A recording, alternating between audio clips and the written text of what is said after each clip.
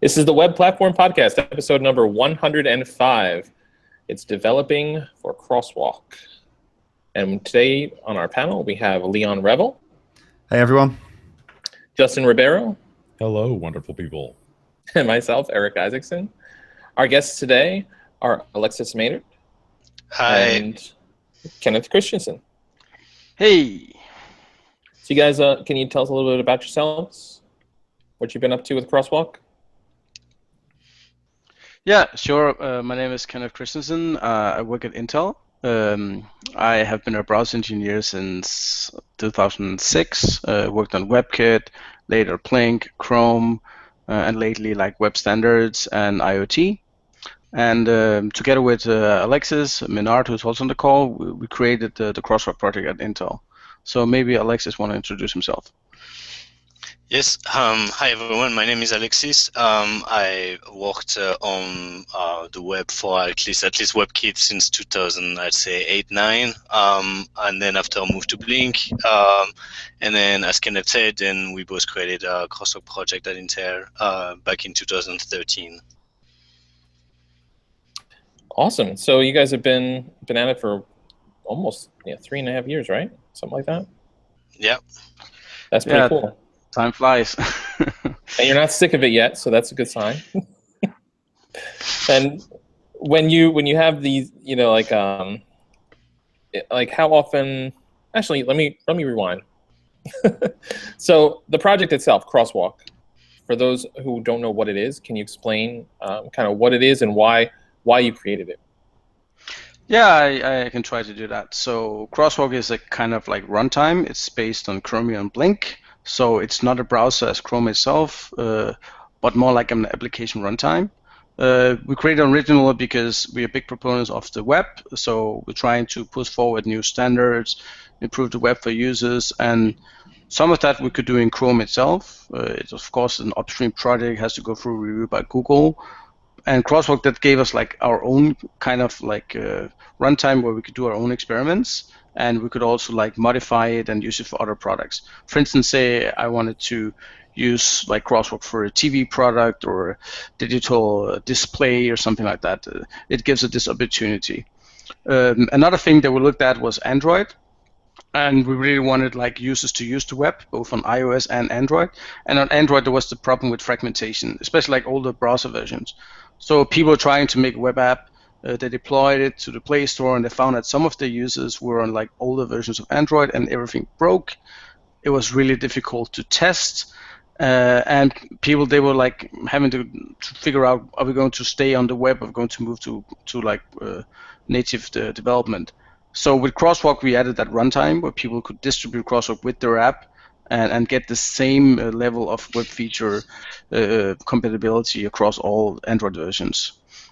Yeah, when we launched Crosswalk, I think back in 2013, Ice Cream Sandwich, I think was around 20-30% market share on the Play Store, and then on Ice Cream Sandwich, you had basically a web view that was, 3 years old. So, innovating using the brand new specification coming from W3C was just not possible for the developers. Yeah, I think people forget just how bad that embedded web view was across all those different types of things that sort of existed. Because there was, I think fragmentation is a very soft word for it. I mean, it was a nightmare. Yeah, indeed. Yeah, I think if you want to kind of do anything modern on Android 4.4 or less, you get some serious problems with the way it kind of interprets CSS or all kinds of things. So Crosswalk saved me quite a few times, for sure.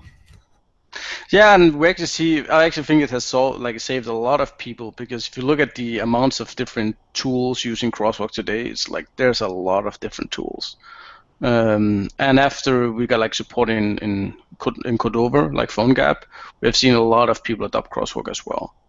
There's some people complaining about the size, because like people don't want like these big sizes and installing these big apps on their phone. So we also launched the Crosswalk Lite product, where we tried to remove things that regular people didn't use so much, like WebRTC, and thus like cut down on the file size. And you've also got through anybody who kind of builds hybrid apps, they'll be familiar with Cordova most likely, and you've got a Cordova plugin as well, so it's super easy to use in your already existing hybrid Cordova apps, correct? Right. Yeah, it's a one command line basically to switch from the Android system web view to Crosswalk as the rendering backend, basically. Cool. And how easy is it to kind of keep up to date with with Crosswalk as it kind of introduces new features of the browser and stuff like that? So one of the things we try with Crosswalk is that we rebase with Chromium, like following the Chromium schedule. So they try to do that every 6 weeks. So of course we're delayed about a week or two, depending on how difficult it is to do the rebase. So this is the same for users. Like they can decide when they want to upgrade or not. So we always try to bring the latest and greatest of the web to Crosswalk. One of the things we've heard from a lot of people, actually for companies, is that they don't like the web view on Android updating automatically. It's kind of like a weird thing because we're like, I really love the web and you're used to the browser updating and everything is just supposed to work. But you do have these companies like banks, it's like one example that needs to get certification, certified, like their apps, like what it does and how it works. And every time something updates, they'll have to go through that process again, which might cost like $100,000. So this is not like a thing that you want to do like every 6 weeks. Yeah, that was actually one of the selling points for us using it at work as well, is having complete control over when that kind of upgrade happens. So you know that when you're releasing new things to customers and stuff, you know exactly what they're using to kind of view the hybrid side of the application. So that can be useful to a lot of people. I can see why. Yeah. However, we encourage people to stick with the latest version for obvious reasons, as bug fixes, security improvements, or security fixes and everything. So I just wanted to make sure everyone gets aware of that. Yeah, we also have like a library version that you can link to, which will then get upgraded automatically. So. Cool. Depending on your use case. Definitely some good points, especially with the security. Yeah. I noticed that it's BSD license. Is that the same as what Cordova is? We inherit BSD license because the Chromium project, so you cannot just relicense everything. So Chromium is basically BSD. So we decided that all the parts we are going to add, the code of Crosswalk itself will be BSD as well, because that would make sense. It's a very permissive license. So that was the idea. But I think Cordova is Apache, if I'm correct. Yeah, I just checked. It's Apache. It's Apache 2.0. That's what I thought. I wasn't sure though. So I'm like, oh, I wonder. Yeah, so it's Apache. You had a stable release in January 16th, January 19th, actually, it says. Is there any new ones coming up? For Crosswalk, you mean? I'm sure there is. It's sort of like a softball there. So.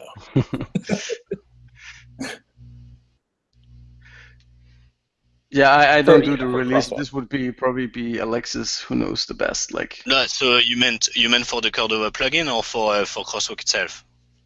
For Crosswalk itself. For Crosswalk itself, the latest stable version is actually 20, which is a few weeks ago, I think. Okay. So if you go to our website, the latest stable version is 20. So I remember it happened sometime in June, if I recall on top of my head. So we do have, we release every 12 weeks anyway. So more or less 12 weeks. So when we talk about Crosswalk, we're talking about sort of the embedded web building experience, and Crosswalk runs a lot of places. I mean, we talk a lot about the mobile platforms, things like Android, things like iOS, but it also, you guys have the ability to create links packages, deb files. You have things to create Windows applications. You have that wrapper as well.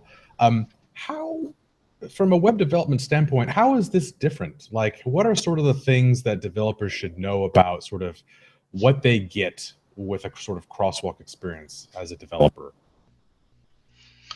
So if you stick with our tools, I mean, our packaging tool that we have, which we distribute on NPM, you basically, as a web developer, one good thing is that if you stick with this, then you can deploy on various different platforms with a single command line, basically. I mean, you just run the npm package tool, and then you're just good to go. And then it output the packages for you. A bit like Cordova, kind of. It's just that our packaging tool is a lot simpler than Cordova for different reasons, that we don't have like that basically long history baggage of complicated distributions that basically Cordova supports. But yeah, so you get this. You basically take your app, web app, and then you can basically package it and deploy it quickly in various different platforms and OSs. And do you get more APIs at that level? Like, you know, we talk about sort of the web API stack, and as we all know and love, the web APIs these days are sort of rapidly evolving into a land of wonderful goodness that I'm really happy with. But from a embedded standpoint, do you get additional wrappers on top of sort of native APIs that yes. you'll be able to use? So Crosswalk ships with an extension system, which works on Android, Windows, Linux, where you can quickly expose native API or a bit of native code in JavaScript. So as a web developer, you're like, oh, I'm missing something. You know, the spec is not ready, is not shipping, but I still need to ship my app. So I could just quickly write an extension. So on Android, it's going to be in Java. On Windows, it can be .NET or C++ or C. And then on Linux, obviously C++ or C. And so then you can expose the native capabilities quickly, a bit like the Cordova or PhoneGap plugins, basically. The other extra APIs that we ship part of Crosswalks is, for a while actually, is SIMD, which is now being upstreamed in Google Chrome. The other one that we had for a couple of years as well is the presentation API, which Google announced maybe a week ago that they would be natively built in Chrome. That's something that, as a web developer using Crosswalk, you could do for a while actually on Android for at least a good year and a half. You could already leverage this. We were supporting WebCL, though we are planning to drop it. Not so many users, so we checked out the water, didn't work out. All right, let's take it away. And then what else do we?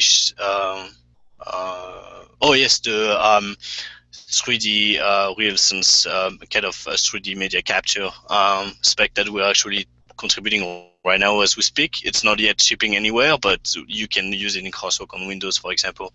So if you have a RealSense laptop, you know, with like this Windows Halo type of camera, then you can actually leverage that in JavaScript and have depth information. So you could, I don't know, do, for example, if you're doing a photo app, then or like an editing photo app, then you can actually leverage this to, you know, apply filters or whatever.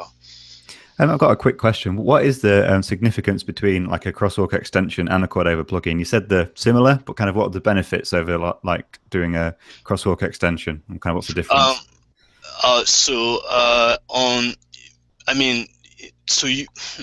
Hard to say. I mean, they are very different. I mean, they're not so much different, I would say, but there were a couple of features. Basically, it's so the way you talk to the native and the JavaScript world is basically message passing API type of things. It's very simple. It's very primitive. It's very low level.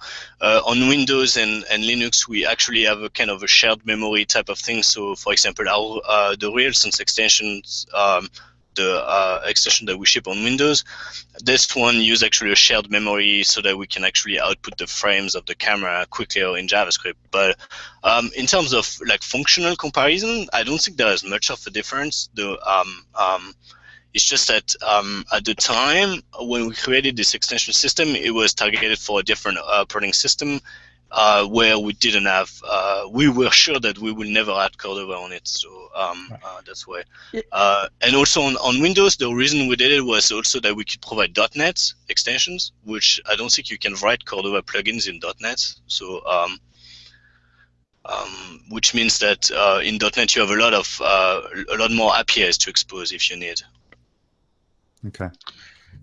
Yeah, so Cordova is something that came later, and for people that want to use Cordova. So Cordova is also like, if you don't need Cordova, it's a big thing to add to your project. Yep. So the Crosswalk extension system is very simple. and it's designed to work across like multiple platforms. So the base is the same on all these platforms, and the support for different languages is native support is built on top of that.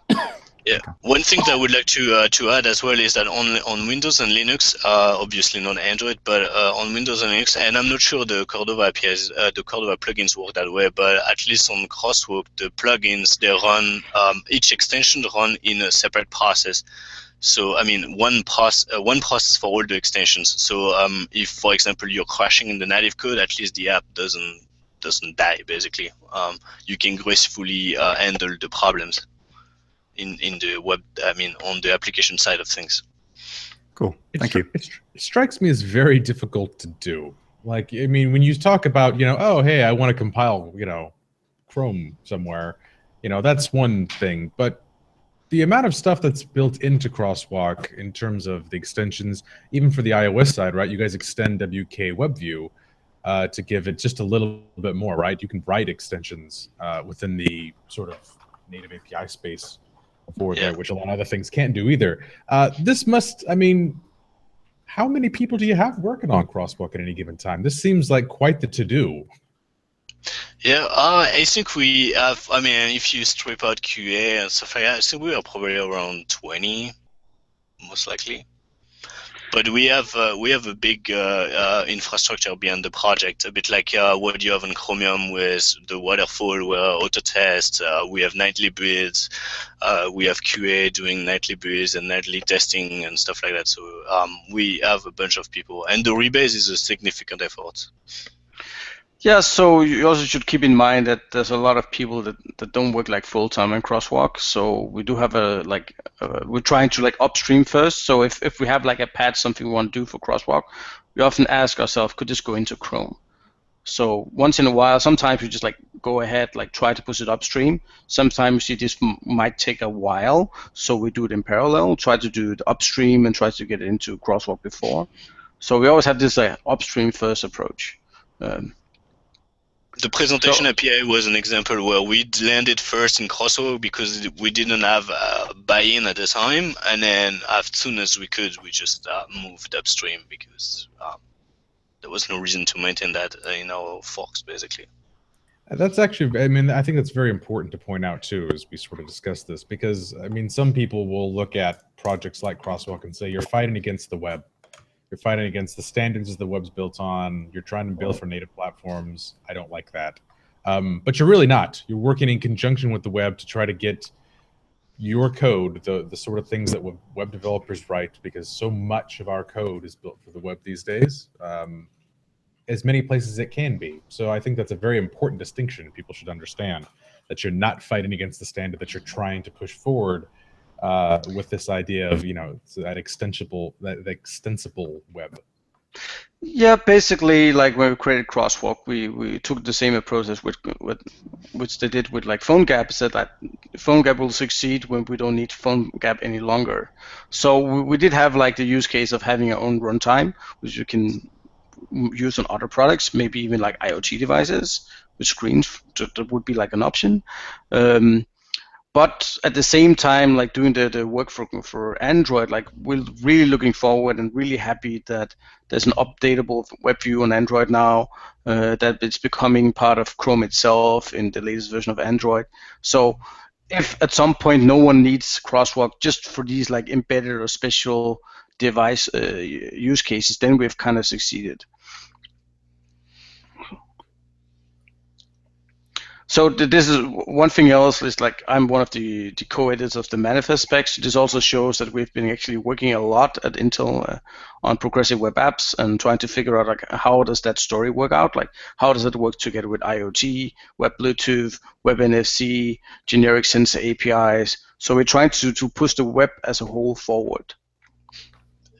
And Crosswalk is just one of those tools for doing so. And it's been wildly successful. I mean, you look at sort of the integrations that Crosswalk has across the board, particularly on the tooling side. I mean, there's not many places Crosswalk isn't at this point in terms of tools for developers to use on any given day to help their web app go a little bit further. Go ahead. Yeah, I think at this point, I think we have over 10,000 apps on the Play Store, something like this. And I'm not counting PRC Play Store because this is very complicated. There are many of them. So, but yeah, big numbers as well over there as well. Yeah, I think we had some apps with like, was it like in the millions, like installs? I think I even saw like 10 millions for one app. So it's doing pretty well. And I actually think it's even doing better. Like Alexa says, we don't know what's going on in PRC. It's difficult to keep track of. But we do have a lot of people working out of like PRC, like the People's Republic of China, and they work together with a lot of big companies in China, like actually having some of these apps running on Crosswalk. So I know Eric, you want to talk about code sharing, Eric. I know it's on your list. We should talk about code sharing. Yeah, we should. So you want to ask that question, or do you just want me to ramble? Because I'll ramble all day long. Well, I think that as developers, we do have this ideal, thought of, as web developers at least. Well, code once and then ship everywhere, right? What's the reality to that varies based on how you ship. So some of the things that people claim on a lot of the projects is that, well, you can share all of your code or most of your code and build for every platform, every device. And I just want to know, what's the reality with Crosswalk? Like for instance, in React Native or any React applications, you could share services and share. You could do this with Ionic and Angular, right? But your views will be different. So what's the story with Crosswalk? Is it similar? Well, I think it might be slightly better because this is the web. But as Alexa said, like if you use like plugins, they work different on each platform. So if you expose something yourself, it's not exposed by default. You have to expose it on all the platforms you're using. There's also the issues with iOS. So on iOS, as you might know, the only allowed rendering engine is WebKit. So we cannot like build like Chromium for iOS and ship that with Crosswalk. So Crosswalk on iOS is based on WebKit, and there are like some differences there as well. So just like when you're writing an app for Safari on iOS, you have to take the same thing into consideration. So what you're saying is providing the code you're writing is web code, for lack of a better word, then obviously that is going to be the same across all your different devices. But if you extend it out into some native code, obviously that'll be different depending on the platform you're putting it on. Yes. Yeah. I mean, writing the plugin itself will be different. I mean, you'll probably use Objective-C on iOS and then Java on Android. But what you could do to improve your code sharing is that the JavaScript API that you're exposing back into your application could be similar or the same. So then you don't need to worry a lot about the underlying implementation. So I mean, the actual web code is probably the same or similar. That's one trick. Yeah, we've done that ourselves. Like when we have exposed like APIs, because it's using message passing. Like you don't want to send too many like messages. You don't want to do like context switching. It's slower. So as much as we could do on the JavaScript side, we did in JavaScript itself. So we even had some special APIs that gave you access to a few things that you normally don't have in JavaScript. And because this is like web standards and web views, what's the differences in approaches? Like if you were going to build something with native code or this, or if you're using some like JavaScript API wrapper where it's just build stuff without web views based on JavaScript. In my opinion, it all boils down to what technology and what framework you're going to use. I mean, if you're going to use, for example, something based on web components, and then you want to go iOS, well, then that's certainly going to be polyfill with performance not being sometime on par with Android. So, it all boils down to what technology stack you're actually choosing and what type of design your app is going to be. So if you're using a custom design, all branded, where you don't really try to, be integrated with the OS, which is good or not, depending what you're doing, then your web code can be shared a lot between one OS to the other. However, if you're trying to integrate, with like nice buttons and that looks like iOS, for example, with the Ionic views, they look different. So then the code will be different. So per choice, depends on what you're designing, how it looks like, how it integrates with the platform.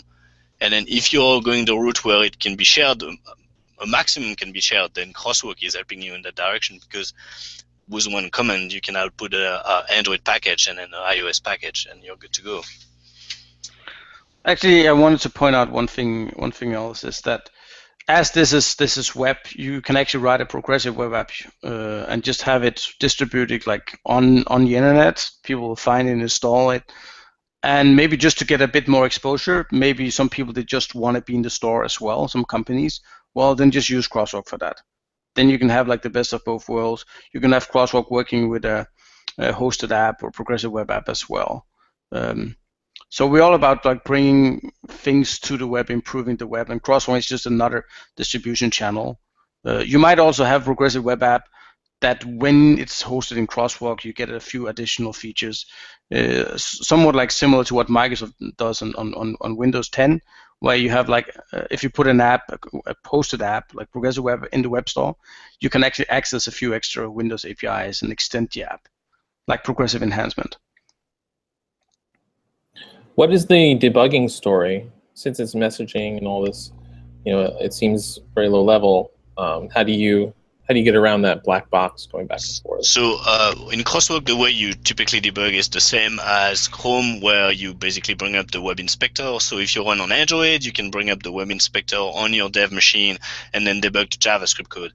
On Windows, if you want to debug the extension itself, so on Android, typically you'll attach the debugger to the process, the extension. On Android, actually, it's monoprocess. So you'll basically attach to the running app and then debug with GDB, which is very slow. So that can be tricky. But for example, on Windows or Linux, since you have a separate process for the extension, then you can just attach the debugger to the process and then debug it, like you will debug any native app, basically. So in Visual Studio or in Xcode or any other IDE you may use, basically. Yeah, the debugging story is actually pretty good. Having worked on it before, if you're a web developer, it's not much of a stretch at all in terms of working with the way you normally would work from a debug standpoint. Go ahead. Yeah. No, I don't want to interrupt you, so please. If you... No, I just think the experience is quite nice. Like, as someone who's worked on both sides, I've made pulls on people's plugins before to sort of help it, and debugging is really not that bad if you've worked with those tools before. It's not really a big leap to do the things that you need to do. Like, you don't have to relearn everything, basically, which I think is important, which is why the ecosystem is so big. Because, we really haven't talked about the ecosystem, but there are a lot of plugins, in the Crosswalk sort of ecosphere of things, and then you start to add in just the entire ecosystem of Cordova and everything else across these platforms. It's quite large. Like, there's a lot you can do that's, I don't want to say necessarily turnkey, but it's not too bad. It's pretty nice. Yeah, also one convenience that we provide for whoever is likes to printf or terminal output debug, the stuff that is outputted from the extension process is automatically thrown into the main process for convenience. So you can still debug with ADB, Lotcat, or stuff like that, all what's happening in the extension. So it helps you. It's not optimal, but it helps. Useful when you need to hack on something very quick. Yes. Just pointing that out. Also, like, the extension is just like it's message passing, but like what we have been doing is using JSON. So on JavaScript side, you just use JSON. It writes it into a string, send it to the other side. There are small libraries in C and C++ that makes it really, really easy to work with JSON. Yeah. And that just makes it really easy to make plugins. Like, I've written a few myself, and it's like, this is like really simple. Everyone can basically do it if you have a bit of experience. It's on C++, it's Pico JSON, and then on .NET, it's actually built in .NET itself. So you can serialize and deserialize the JSON very quickly. Yeah.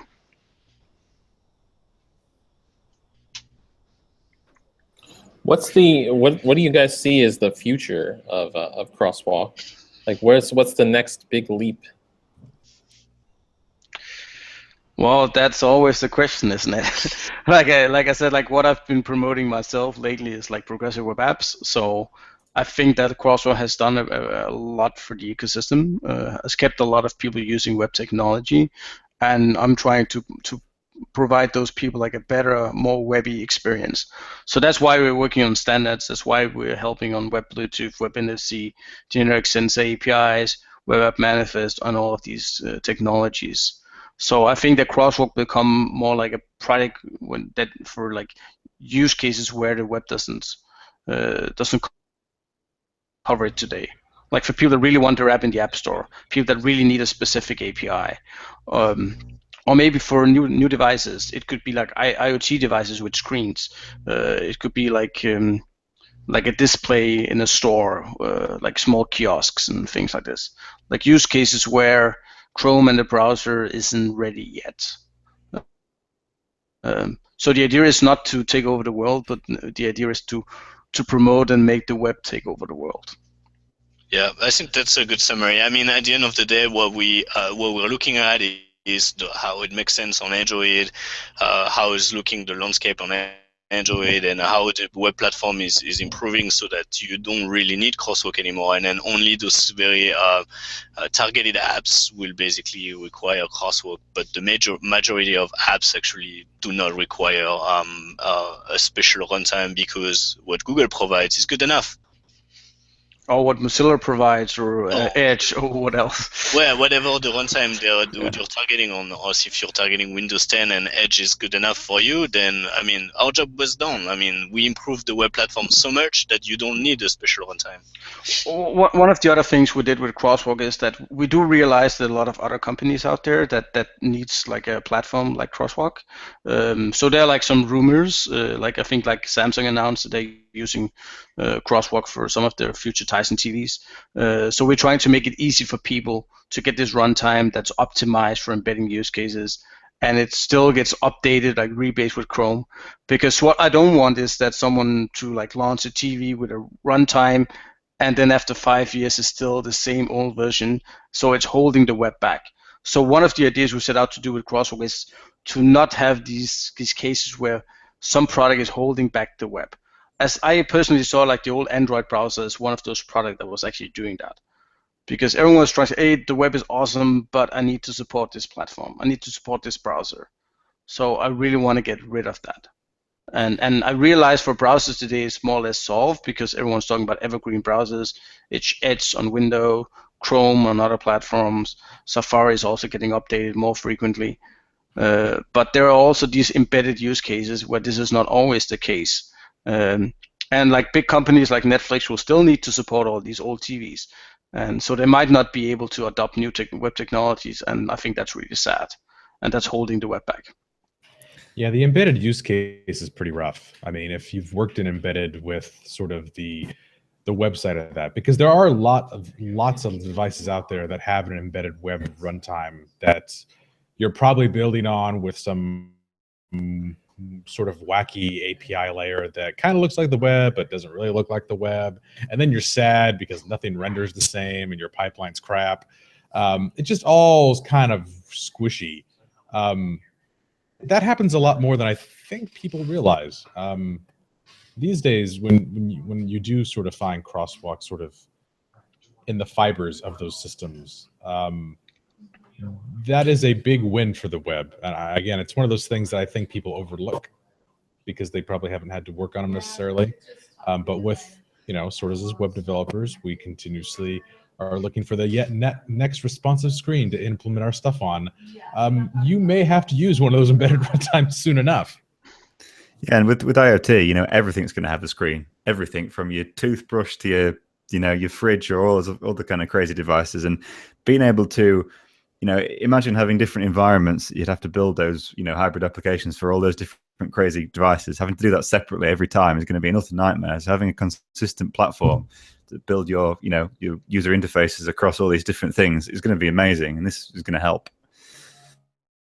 Yeah, if you're out there right now, if you're going to do the internet connected toothbrush, Make sure that it pushes notifications through vibrations so that you can actually hear notifications as you're brushing your teeth. Free product idea, you heard it here first. Podcast. We take 7.5% of revenues. Thank you. Always pushing the platform. Good job, man. Yeah. Pushing and brushing. So on the note of progressive web applications, I know we mentioned it a few times. The manifest is extremely interesting to me because, like, not just for service worker for like caching and networking strategies, but also for discoverability. So you're working on that spec, Kenneth. Yeah. How do you see kind of that helping discoverability? Well, it like the web is a place for discoverability itself. So this has always been like you can create like search engines. So with the web app manifest and with progressive web apps, we made it possible that these apps can be installable. They can be added to your home screen. That it has all the relevant like meta information about like the how it should launch the app, title, description, icons, and all of that. So of course, like we're hoping that companies like Google would eventually integrate that in the search engine. We're already seeing like Microsoft looking at integrating and using the manifest for their store itself. So far, they've been using a tool they created called Manifold.js, where you could provide your web app manifest. It will generate a Windows package for you, which you could push to the store. And they're trying to integrate this even further. So you just make your progressive web app. You just give the store URL. It'll figure out everything itself. But we're definitely looking for other ways of discoverability. So like search engines. There's also the physical web project. So if that can start using and pulling out the info from the web app manifest, that could also be pretty cool. Cool. Yeah, the spec's pretty solid right now too. I mean, as someone who had to write a parser for manifest files the other day, works pretty well. So, when you discover them and, parse them and display some information for some random things that I can't talk about. But regardless, works pretty well so far. I mean, and you look at how the manifest came about, though. I think this is key, too, when we talk about Crosswalk as a whole, because we all sort of knew, like, we needed this, like when the rise of mobile sort of popped up, right? Like, hey, how discoverability sort of changed. And discoverability is hard now, even in app stores. I think that's the general consensus at this point, right? Net zero app installs a month. Yikes. Yay, mobile web. You should have a mobile website too. Just that app. But when you're starting to develop sort of things for Crosswalk that are very future vision-y, like, are you looking at the web and saying, man, I wish the web did this, and going, I wonder if Crosswalk can do this first? Well, maybe we've done that. Sorry, that's just a few times. Question. I think that what I do is that I look like we want the web to do this, and then we find the best path. So, like for instance, WebNFC, we don't have that in Crosswalk, but we're doing that directly in Chrome. Because it just made super excited about. Just made like a whole much more sense. So it kind of depends. Like I don't think we're trying to promote Crosswalk more than the web itself. We're always looking at the web first. I think that would be my answer. Yeah, and Crosswalk is the mean for you to achieve it in where the platform does not provide you the solution for it. Yeah, sounds like 3 full-time jobs right there. Yeah. So many full-time jobs. And I think that's key too, because, right, I mean, you're not gonna, I mean, the big question of the day lately is progressive web apps on the desktop. Why does it kind of work, but not all the way, right? Because the icon problem is still one of those things that hasn't been resolved yet. That's not quite as easy to do as per, is that seriously what everybody's getting upset about? It's an icon? Like, no. I think the problem with desktop is that people using desktop browsers differently today. So like, I don't know if I really wanted like Google like Gmail as a separate window or whether I want it in a tab, because people have gotten really used to using tabs for everything. So there's some kind of UX things that need to be like thought a whole lot about. So for a calculator, yeah, I definitely want it in the window, in the floating window on top of my screen. I don't want that in a tab. It doesn't make any sense. But like someone has to look at these use cases. And what we're seeing, if you look at a company as Google, it's understandable that they're working on mobile first, because like the markets where everything's growing is like Asia.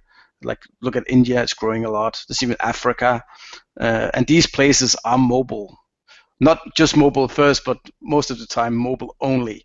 So that's kind of like my take. So I'm pretty sure that everyone wants progressive web apps to work on the desktop. But there's a lot of, we need to figure out how to solve the UI problem, the UX, and then there's like resources. There need to be resources there. So I think I'm really happy that Microsoft is taking a stab at this.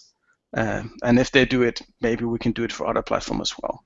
And I think it's pretty essential because like we heard that Chrome apps are being deprecated on all platforms but Chrome OS. So maybe the future of Chrome apps on Chrome OS isn't that big either.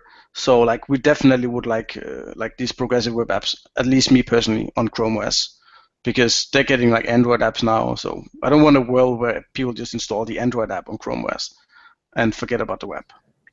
And I think like progressive web apps is the key to solve this. Well, and the platform's come so far. You know, you've both sort of discussed it today. You know, the platform has moved forward, and to some extent, you know, I know there's a lot of chatter out there in the world of, you know, oh, those things got deprecated because Android's there now and yada yada yada. But from my standpoint, the more optimistic Justin, I look at it and say the web has grown as a whole. Like we have a lot more API footprint to do the things that we want to do that we couldn't do before. You know, you look at Web Bluetooth is a really good example of that. Like there's amazing things you can do with Web Bluetooth now. That before was a pipe dream. Thank you. It's actually quite funny because like I have the Asus Flip, so it supports Android apps. So I was like, oh, excited. Let me try to install some Android app on my Chrome OS. And I'm just like looking, I don't know what to install. Like I have everything which I really need. The only thing I really wanted to install was like games. So I think like that will probably be the major use case. I hope at least. But even games will be brought to the web via like a web assembly, which will allow you to like write pretty performing apps which can live online and even with service worker support offline. So I think that for most of these like apps these games that people are playing, the web can be implemented using web technology very soon. Yeah, and being how the platforms are so very different too, like I can imagine there'd be a lot of UX like flame wars, for lack of a better term. Because I mean, the way that like even with just the phones, right? The way that a Windows phone, an Android phone, and an iOS phone works is just there's all these little differences. There's no consistency, some, but not a lot of consistency, right? I find the crashes to be consistent. I enjoy the nonstop. But this is also the thing, like with the web, like we've had responsive apps, responsive design for a while. So a lot of companies are used to create like responsive designs now. So they scale pretty well. But I still think that some of these things also depend on Chrome OS, because if everyone just use like a full screen app in a tab, then people do like a desktop app and a mobile app. Because like, for instance, look at one of these like very popular progressive web app, like Flipkart in India. If you open it on your desktop and you make the window small, it will break, because like they say, hey, you're not a mobile device. Let me serve you the desktop version. And so if we get like this user interface, for instance, in Chrome OS, where maybe like apps, like on Windows, you can have a small app on the side. It could be your calculator. Maybe that will make people make sure that these new progressive web apps will work in all kinds of different screen resolutions, and not just be mobile only or desktop only or having two. No, that's a good point. I mean, there is somewhat of a disconnect that I can't build a progressive web app on desktop today because you know it's only for a mobile thing, and that's really not correct at all. I mean, the APIs are there. The word progressive is key into that statement. People seem to forget the progressive portion of it. I don't quite keep in mind it's progressive. Stayed with me. So there is kind of that disconnect. But again, to the point you made earlier, right? There's a lot of places right now that are mobile only. There is no desktop out there. So you do have to look at your user base and go, well, where are my users doing? Like, do desktops even exist in my marketplace? Am I a television that's sitting on a wall somewhere and I need, 15 to 20 feet, visibility? You have to take these things into account as you build any sort of application. So Justin, you went to the Progressive Web App Roadshow in US, is that right? Or? Yeah. No, I'm going next month. I got to go to the one in Mountain View. Okay, because I was just wondering, because we've seen all these progressive web apps and they've all been in Africa or Asia. So I was kind of looking for what's going on in the States. Is anyone looking at these things? Is it becoming important or? Well, I can tell you from just sort of internally things, because I build corp applications for corps, and we've converted. We're on our 5th one this year that are converting over existing applications that had some offline functionality into progressive web apps, because it makes sense for them. Their employees live and die in a web browser, that's where they work.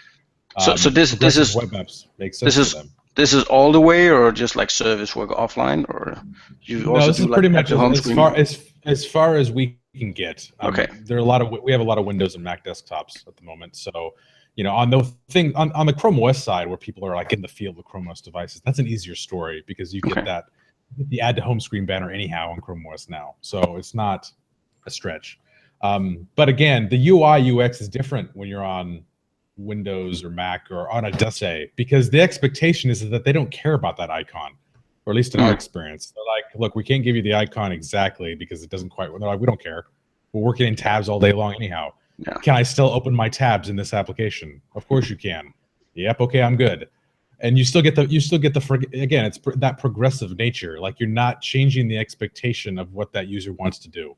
You're just giving them primarily we give them a huge speed boost, particularly with Service Worker and some of the newer techs. Push is real big now too. Push is something that they all kind of want because it gives you that real-time sort of thing without a lot of hacks. So you can get push fairly easily now across the board, and that's really sticky in most cases. It just makes people stay in the browser longer, which was where they want to be anyhow. So from an internal perspective, yeah, I'm converting them left and right, baby. So what about upcoming web APIs interest you? What are you most excited about? Streams or background sync, foreign fetch? Background sync is background sync will be huge for a lot of things I do, primarily because we have a lot of data heavy apps. So people think, oh, you have 20 or 25 megs worth of data. We're talking hundreds, if not a gigabyte worth of data that shuffles around on some of these apps that we do. And but isn't that a problem which goes against some of the progressiveness? People install progressive web apps because they don't want these apps updating in the background by themselves and wasting people's bandwidth. No, and I agree with that. I should point out these are really specific apps for internal ops. So I think the consumer variation is a little bit different than what you're going to do internally. Internally, the requirements differ. So we know sort of the network they're on. We know we know the IP space they're on. We know how they exist in the world. From a consumer standpoint or from a mobile standpoint, when things are in the field, the experience is going to differ. You do have to be very cognizant of bandwidth. You can't sit there and go, hey, I'm a cellular connection. I should update this huge data set that I'm using to do land layout calculations or some random thing. That's not the time. Even for corporations going, I don't want to spend that money. You do have to be smart. You need the progressive nature of it and understand the context of which that user is in. So there, the network the network APIs side of life, we're trying to make a determination of So now this is on and everything else is going to be huge, I think, overall. So now this is a talk about Crosswalk. Have you used Crosswalk for these corporations, and how does the future look for you? Migrating everyone to progressive web apps, or what's going on there? Yeah, we use Crosswalk. We don't use Crosswalk quite as much internally. We don't particularly feel the need because they're primarily the web is okay. they have iOS and Android devices. They have a wide range of devices, so we kind of know the landscape of what it needs to work on, and the web gives that a little bit more. You could do it with Crosswalk, make no mistake. We've done a couple where before Service Worker really sort of stuck, like you end up with that situation of how am I going to get some of this into an offline state? So IndexedDB. Some interesting tricks. Like you can do a lot with Crosswalk on that side that you couldn't necessarily do with the web without a lot of additional work, particularly like, we all, progressive web apps, you have an app shell, yay. Well, beforehand, when you didn't have Service Worker and you didn't have any means to do that, that was hard to do. Like having an app shell with app cache and everything else could be dangerous. So we always had to be very careful about how you did that. Otherwise, you break many things. Externally, from a consumer standpoint, we've used Crosswalk quite a bit to take web apps that were built for the web into sort of an app store space where that client has wanted to go. And that makes a lot more sense for them as a whole. And that's a little bit easier of a thing to understand. The flow is a little bit different. There's not as much cache data that we need. We still have cache data, obviously, but that's kind of the skinny. Okay. But again, I think both are very useful. Like, I can't stress that enough. From a usability standpoint, I think the kicker is that we have choice, right? And choice is, I think, the key. Because the APIs are getting better as a whole on the web. If I need to embed something, I have Crosswalk that exists today. I also have 27 tools I can choose from a wide variety of platforms. If I need to build that thing and put it into my product from an embed standpoint, whether that's a TV or an STB or whatever I'm building.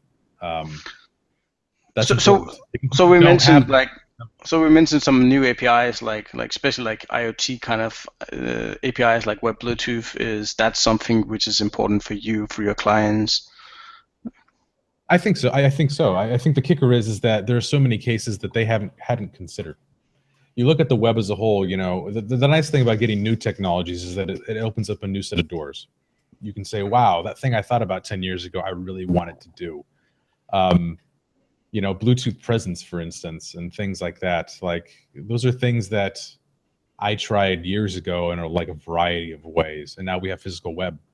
Like, yay. Yeah. Like, I don't have to, do some of those crazy hack things. I can just build the thing I want to build. And that's pretty powerful. And at the pace the web moves now, we all, I think if you're old enough to remember the dark times, which, as being older and, I'm remembering the dark times, like, it's a lot different now. You can look forward to the future. Beforehand, you couldn't really look forward to the future, right? If you were in that sort of web sphere, like there was that just really unhappy period of time where the web is not moving. Like, damn it. So you probably know there's going to be some Apple announcement tomorrow. So there might also be a new Safari version. And what are you looking forward to the most? I'm looking forward to having Blink on in iOS. I think can I make that request?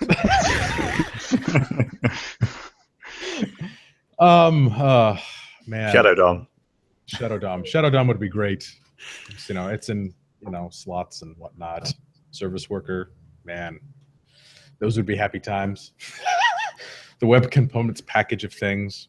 This has become Justin rambling about things what Justin wants now. So anyone can stop me at any time. Shadow DOM is in the next version of Safari, though, right? Shadow DOM. They're like releasing some like preview versions, and fetch is turned on by default. Shadow DOM, as far as I know, is turned on by default. They had WebP for a short while, but it was removed, which I think is sad. But like, you never know whether these things will actually ship before they actually launch it next. Which I don't know if that will happen tomorrow, if there'll be preview or not. But let's see. I'm just looking forward to ditching having to support iOS 8. So what's the problem with iOS 8? I want to get to the point where a lot of the APIs I tend to use are supported in there. So that was like the first one that had WebGL, I believe. Other than their closed off ad system that had GL all the way back to like 4 or something. Yeah. So, but But that'd be good because we the debuggers won't really support that. They turn it off, so you're kind of forced to deal with that. Mhm. I kind of, even though I don't like that, I do like that, so that Safari can at least move a little further. But a lot of things has happened like with Safari this year. Like, Yeah, it's been a whole lot better. yeah. And I know there's some people working really hard on there. It's just like you said, you know they're working hard. You see the chatter on GitHub and Twitter, but what will be released? We don't know when or whatever because we're kept in the dark on that. Hey, web payments that match, or that would be. Oh, sorry, Yeah. that's a random pipe dream on my part, probably.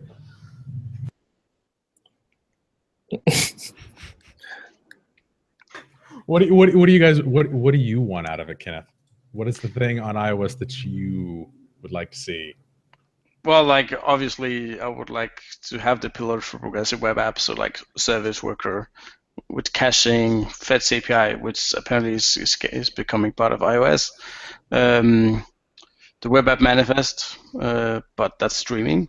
Of course, like web components. I love web components, so getting that on iOS, so it's the same on Chrome and on iOS, and having it performant, I think will make a big difference.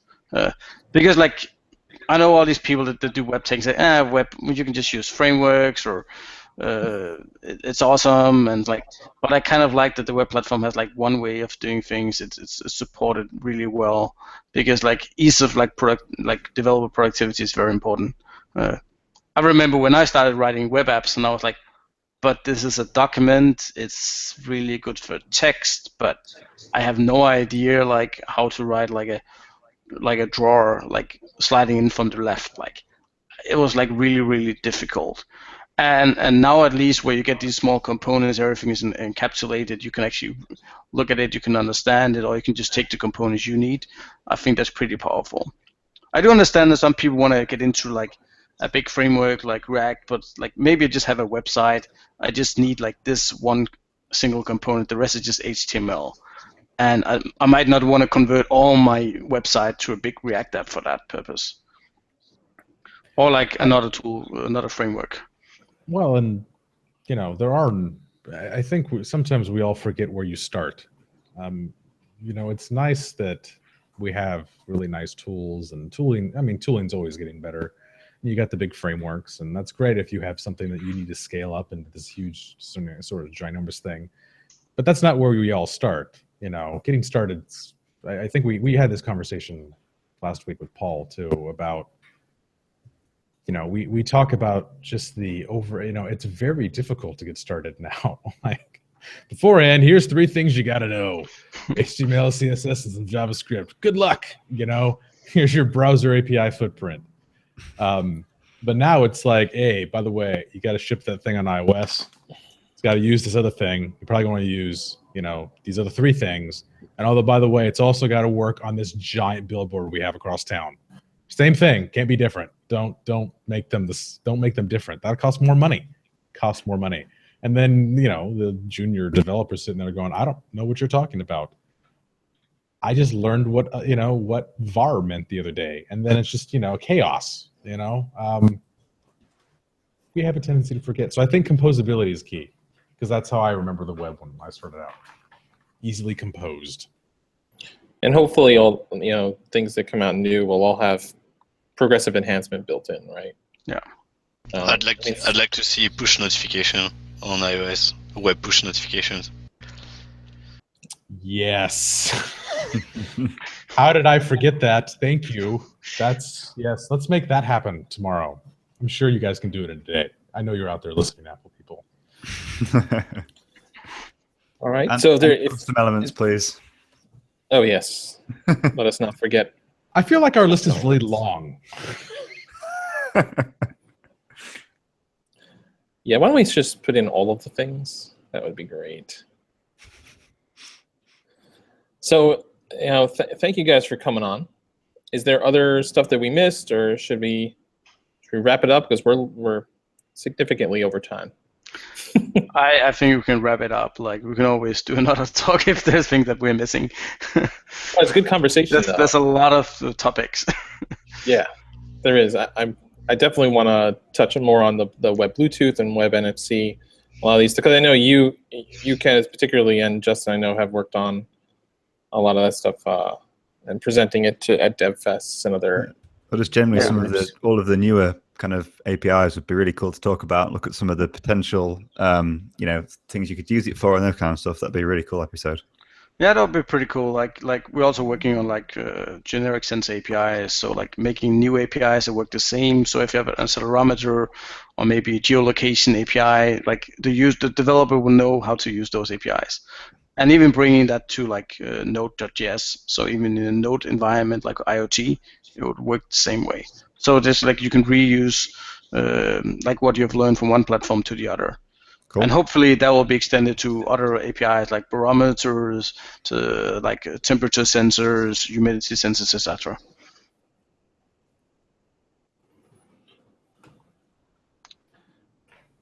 So we got a question from Twitter. Hollow Leo asks, how can they get access to the microphone in a web app?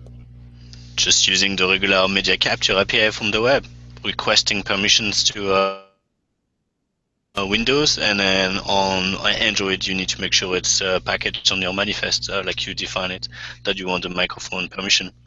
Yeah, if you use Crosswalk. If you use Crosswalk. Question answered. It was that simple. Yay. We're now taking questions from Twitter. iOS too? I actually don't know what works on iOS. I know that Paul Lewis wrote an app for like a dictaphone app, and I think there's some things not working on iOS, but I don't remember whether that was the capture or actually storing the file itself. But there were some limitations at least. Yeah, maybe it hooks into WebRTC or something. I don't know, but then it's not on Safari now anyway. So. Anyways, thank you guys for coming on. Alexis, Kenneth, awesome work. Keep it up. Thank you. We're doing our best. Thanks for having us. Thank you for having us. Definitely. We should get you guys on again sometime soon. Sure. So thank you so much. This has been episode number 105, Developing with Crosswalk.